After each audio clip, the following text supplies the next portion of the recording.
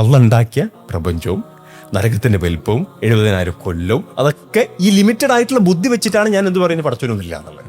ആയത്തിൽ കുറിച്ച് തന്നെ അള്ളാഹു സുബ്ഹാനഹു വ തആല പറയുന്നൊരു കാര്യമുണ്ട്, അവൻ ഉദ്ദേശിക്കുന്നതേ തന്നിട്ടുള്ളൂ, അതേ തരുള്ളൂ, അത് മാത്രമേ നിങ്ങൾ അറിയുള്ളൂ. ഞാനിങ്ങനെ നിങ്ങൾ കോഴിക്കോട് ബീച്ചിൽ പോയിട്ടേ ഉറക്ക വിളിക്കാണ്, കാക്കാ കാക്കാ അസ്സലാമു അലൈക്കും, സുഖല്ലേ, ജോലി അടിപൊളിയല്ലേ?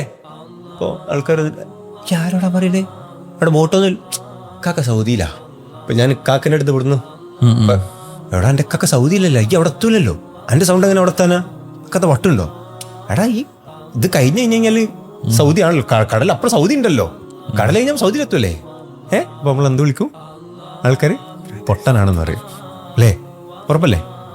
ഈ ബിൽഡിങ് ഇതിൻ്റെ ഒരു സ്പേസ് കുറച്ച് മാറ്റിക്കഴിഞ്ഞാൽ ഒരു കാറും കൂടി കയറിയനടാ ആണല്ലേ, അതുകൊണ്ട് ഞാൻ ഇങ്ങനെ പൊക്കിയത് എന്താ കളിക്കണേ? അല്ല ഈ പറഞ്ഞില്ല സ്പേസ് നമുക്ക് ശരിക്കും പ്രാന്താണോ നോക്കൂ. എന്താ എനിക്ക് പരിധിയുണ്ട്. എന്താ പരിധി? എനിക്ക് എത്ര ശക്തിയുള്ളത് പൊക്കിയൊക്കെയുള്ള ശക്തി എനിക്കില്ല.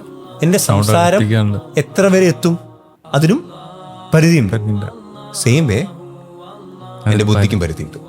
ഈ ബുദ്ധി വെച്ചിട്ടാണ് ഞാൻ അളക്കുന്നത്. എന്തെന്നറിയോ? അള്ളാഹ് ഉണ്ടാക്കിയ പ്രപഞ്ചവും നരകത്തിന്റെ വലിപ്പവും 70,000 കൊല്ലവും അതൊക്കെ ഈ ലിമിറ്റഡ് ആയിട്ടുള്ള ബുദ്ധി വെച്ചിട്ടാണ് ഞാൻ എന്ത് പറയുന്നത് പടച്ചവനൊന്നുമില്ല എന്നുള്ളത്.